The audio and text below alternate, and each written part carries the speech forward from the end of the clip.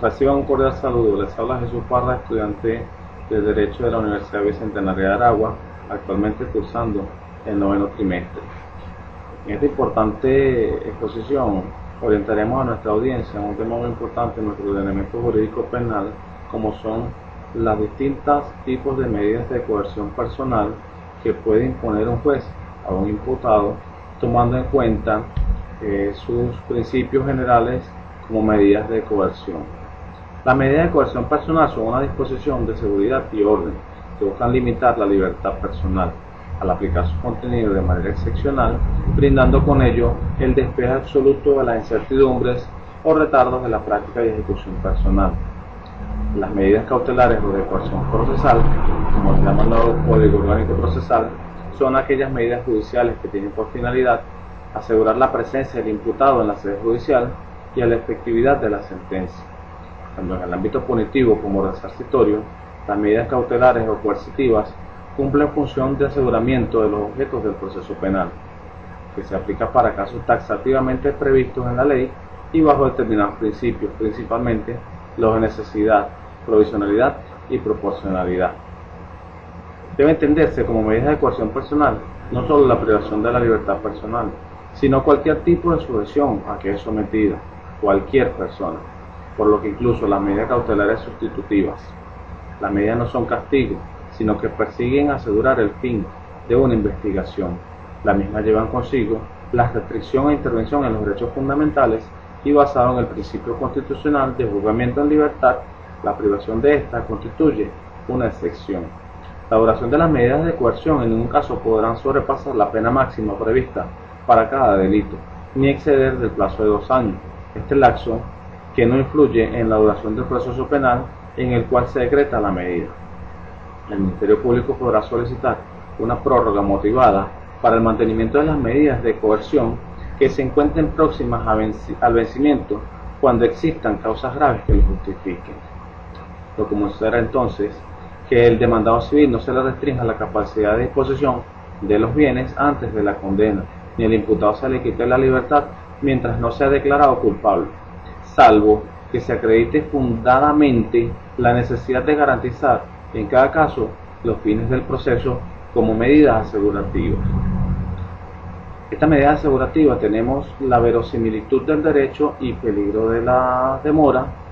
Quien las requiera debe acreditar satisfactoriamente la verosimilitud, al menos en grado de apariencia del derecho invocado. Es el humo del buen derecho cuya duda, o a la vista del juez o tribunal, toma procedente la cautelar interesada. Lo anterior se une al peligro de la demora, apreciado de modo objetivo y no con la mera invocación del peticionante, quien independientemente de la apariencia del derecho a cautelar debe probar que existe un riesgo total en el tiempo de espera de la sentencia. Respecto a obtener un resultado final efectivo con las mismas, atento por ejemplo a la probable insolvencia de un deudor, a la enajenación de los bienes en litigio o a la fuga y rebeldía del imputado.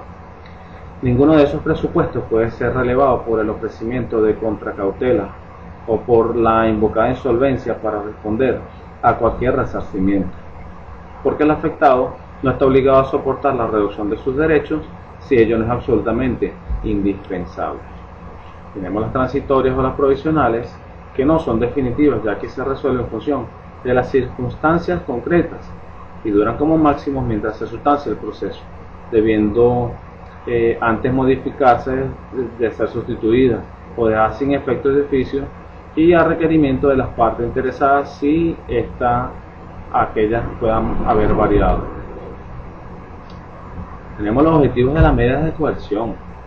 Al amparo del Código Orgánico Procesal Penal, las medidas de coerción única y exclusivamente pueden ser aplicadas o impuestas cuando, para garantizar la presencia o participación del imputado en las diferentes etapas del proceso, fuera necesaria una medida precautoria o cautelar para que éste no se sustraiga del procedimiento penal. Entiéndase más bien, de dar la cara a la justicia por su supuesto hecho ilícito penal que se le imputa. Las medidas de coerción solo pueden durar por el tiempo estipulado para su aplicación y estarán sometidas a una revisión periódica a los fines de darle seguimiento a esta. Las medidas cautelares solo pueden decretarse u ordenarse mediante una resolución fundada y motivada, que a la vez estén amparadas en un régimen de excepcionalidad. Los caracteres y presupuestos de estas medidas nos sirven para perfilar sus aspectos esenciales, a saber, entre los que tenemos la jurisdiccionalidad, que como regla deben ser adoptadas o al menos controladas por los órganos jurisdiccionales competentes, ya que limitan o restringen los derechos básicos de los individuos sin tener el sustento de una decisión final acerca del conflicto. Tenemos las instrumentales, que son medios accesorios de cautela que se utilizan para preservar los fines del proceso, sin constituirse en decisiones sancionatorias o de adelanto de la jurisdicción respecto del objeto de la litis. Son las garantías del ejercicio efectivo y definitivo de la jurisdicción, que a su vez es la garantía para los justiciables de acceder a la justicia estatal. En principio, carecen de un fin en sí mismo y no pueden admitirse como varias extorsivas de presión. Las excepcionales se adoptan y se mantienen en tanto y en cuanto sean procedentes, porque el aseguramiento cautelar del proceso las requiere fundadamente para evitar un daño irreparable. Lo normal será el trámite sin su utilización, salvo que se verifique la posibilidad de un riesgo. De ahí que debe aplicarse con un criterio restrictivo y decidirse prudentemente a fin de prevenir restricciones abusivas de los derechos. Las necesarias se resuelven y se mantienen si se arriba al convencimiento fundado que son indispensables para asegurar el desarrollo normal del procedimiento, debiendo sustituirse por las menos gravosas si éstas permiten alcanzar igualmente los objetivos precautorios. La idea es que sea mínimamente lesiva y de duración limitada, difundiéndose inclusive cada vez con mayor fuerza dentro del proceso penal la posibilidad de una revisión periódica o del cese de la prisión preventiva cuando hubiera transcurrido un lapso razonable de investigación preparatoria, por ejemplo, de 1 o 2 años. Tenemos las proporcionales, han de adecuarse y ser razonables en relación al objeto perseguido, con una contracautela adecuándose a los daños y a perjuicios que puedan generar. Se disponen inauditas par, el tribunal o el juez deciden en función del requerimiento y pruebas del peticionante sin dar traslado previo al afectado, quien recién después puede cuestionarlas e impugnarlas. Las medidas de coerción en el proceso penal venezolano: es importante conocer las distintas medidas de coerción que establece el Código Orgánico Procesal Penal, ya que se origina una divergencia entre la libertad individual y la seguridad que debe garantizar el Estado a todos los ciudadanos, lo cual requiere el establecimiento de ciertas medidas, entre ellas la privación de la libertad de una manera racional, pero también garantista y adecuada conforme a los principios de excepcionalidad y de proporcionalidad, que representan un límite y la intervención excesiva de los órganos del Estado en una razón tan importante como lo es el derecho a la libertad, que está establecida en nuestra Constitución de la República Bolivariana de Venezuela en su artículo 44. Existen muchos principios generales que regulan la aplicación de las diversas medidas cautelares y de coerción personal, como lo son el estado de la libertad, estatuido en el artículo 243 del Código Orgánico Procesal Penal, que ordena la permanencia en libertad del imputado durante todo el proceso, vinculado con el principio de excepcionalidad, en el cual se aplican las medidas de coerción de libertad como una excepción a la libertad. Igualmente, se encuentra el principio de subsidiariedad, que consiste en que la privación de la libertad solo puede acordarse cuando las demás medidas resultan insuficientes para conseguir las finalidades del proceso. El principio de proporcionalidad, estatuido en el artículo 144 del COP, en el cual debe existir coherencia o proporción entre la medida que se vaya a aplicar y la gravedad del hecho punible que se impute y las circunstancias atenuantes o agravantes y la posible pena o sanción que proceda. Respecto a la dignidad humana, el cual tiende al respeto por la dignidad de la persona y se erige como una limitación más de las medidas de coerción personal en el proceso penal. De conformidad con este principio, las personas mayores de 60 años, las mujeres en los 3 últimos meses de embarazo, las madres durante la lactancia de sus hijos hasta los 6 meses y las personas afectadas por una enfermedad en fase terminal debidamente comprobadas no podrán ser objeto de una medida de privación privativa de libertad. De conformidad con el artículo 245 del COD, la motivación resulta de gran importancia, ya que la resolución mediante la cual sea decretada la medida de coerción personal sea fundada, es decir, motivada, ya que el ordenamiento jurídico en que los jueces no resuelven arbitrarias o irrazonablemente, puesto vulneraría el derecho de la tutela judicial efectiva consagrado en el artículo 26 de la Carta Magna y 34 de la Carta Magna en la interpretación respectiva, estatuido en el artículo 147 del COD, que señala que todas las disposiciones que restrinjan la libertad del imputado limiten sus facultades y las que definen la fragancia serán interpretadas restrictivamente. Entre los tipos de medidas de coerción tenemos que el contenido de estas medidas de coerción personal se encuentran sustentadas por la aplicación de cualquiera de sus instituciones, las cuales presenta el Código Orgánico Procesal Penal. En los títulos contentivos de 5 capítulos, en el título séptimo, con un articulado que abarca en su totalidad más de 22 artículos, los cuales están disgregados en 3 tipos de medidas, a saber, que son las que nos interesan en este momento. Una de ellas es de la aprehensión por flagrancia, prevista en el capítulo 2, el cual involucra la aplicación de los artículos 134 y 135 del COP, destacando la remisión expresa contextual que hace este último artículo 373 de la misma ley, que regula el procedimiento especial aplicado para este tipo de medidas. De la privación judicial preventiva de la libertad, establecida dentro del contenido normativo del capítulo 3, el cual requiere la especial apreciación de los artículos 236 al 241 del Código Orgánico Procesal Penal y del 59. De las medidas cautelares sustitutivas empleadas en el capítulo 4, que envuelve la aplicación del artículo del Código Orgánico Procesal Penal, que van desde el 242 al 249. Entre estas medidas de coerción tenemos la citación. ¿Qué es la citación?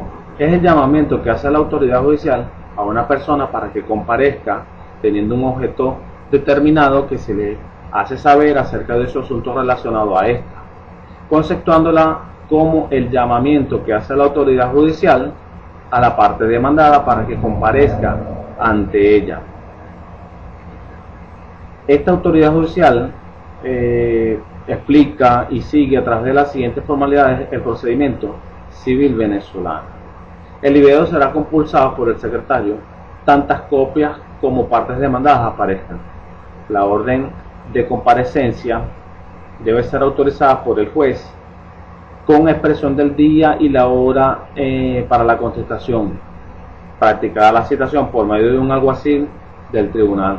Esto está fundamentado en el artículo 118 del Código Procesal Penal. Entre los tipos de citación tenemos la citación personal, que puede ser realizada con recibo, siendo requerido que la persona demandada otorgue al alguacil un recibo, dejando constancia del día, la hora en que está siendo citada y entregar la compulsa del libelo de la demanda. Estas deberán ser consignadas en el expediente, dando medio probatorio de haber sido realizada. También puede darse el caso de la citación personal sin recibo, es decir, cuando la persona citada se niega a otorgar recibo, no firma el recibo o manifiesta la negación de otorgar la firma. Para ello, el alguacil se encuentra en la obligación de dar cuenta al juez sobre ese detalle. En caso de este último caso, se observa la particularidad y ejemplo de la notificación, donde el juez libra una boleta de notificación para informar a la persona citada acerca de la declaración del alguacil antes detallada, lo cual contribuye a dejar constancia de la realización del acto de la citación. Seguimos con una citación por correo. Está establecida en el Código de Procedimiento Civil como citación por correo certificado con aviso de recibo. Procede al tratarse de personas jurídicas, siendo prácticamente en la oficina donde ejerce su comercio, el alguacil deposita la compulsa de la demanda con la orden de comparecencia en un sobre abierto y lo entrega en la respectiva oficina, debiendo un representante facultado para recibir estas, dan aviso de recibo firmado y esté consignado en el expediente, dejando constancia de la fecha de la diligencia. La citación por carteles. Esta procede cuando el alguacil no encuentra a la persona citada para realizar la citación correspondiente, ya sea una citación personal o por correo. Tiene dos aspectos esenciales. Uno, el primer aspecto es cuando el demandado se encuentra en el país, debiendo darse los siguientes supuestos. Primero, que el alguacil no encuentre a la persona para practicar la citación personal. En su caso, la parte no pide su citación por correo con aviso de recibo. En caso de haberla pedido, tampoco hubiera sido posible la citación del demandado. En el segundo aspecto es cuando el demandado no está en el país, debiendo comprobarse y solicitando al Ministerio de Relaciones Interiores un movimiento migratorio de este último demandado. Para ello, puede citarse luego de comprobado su no estadía en el país por carteles en la persona del apoderado, si en este caso lo tuviera.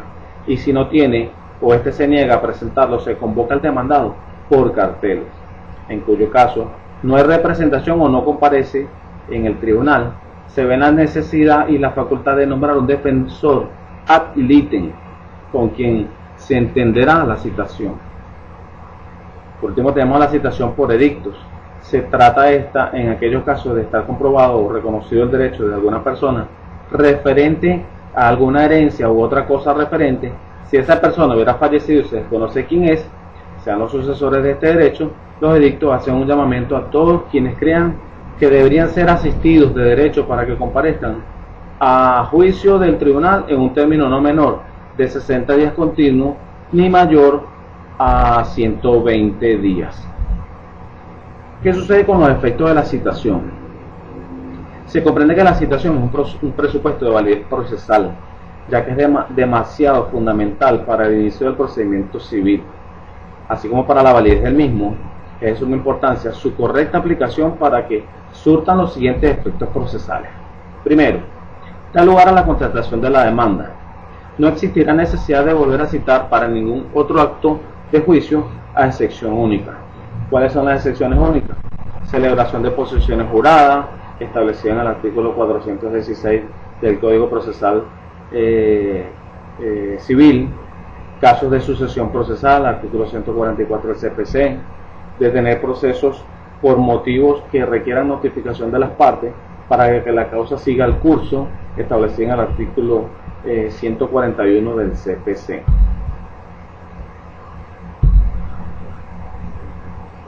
Tenemos la importancia de la notificación.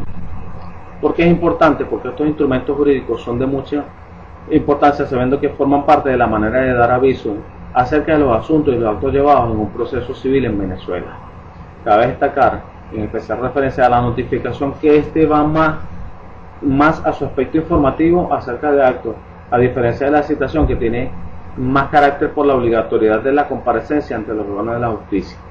Además de ser esencial para la figura del emplazamiento, en el proceso del que se trate, la parte correctamente emplazada posee la carga de intervenir en el proceso, y para ello la citación debe haberse realizado de las formas legalmente previstas en el Código Procesal Civil y dentro de los términos que establece la ley.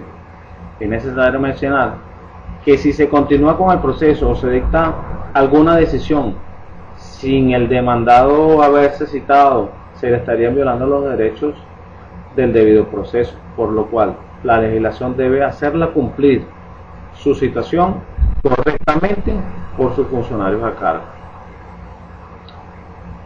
Otra medida de coerción para finiquitar con el tema es el arresto. ¿Qué es el arresto? Es el procedimiento penal que causa la acción y el efecto en un individuo, ya que resulta aprehendido. En caso de necesidad, a la fuerza de fin de hacerlo, comparecer ante una autoridad judicial o administrativa o encarcelarlo. Fuera de los casos de la fragancia existe una orden. Se denomina arresto al acto de arrestar, impedir que una persona pueda movilizarse libremente.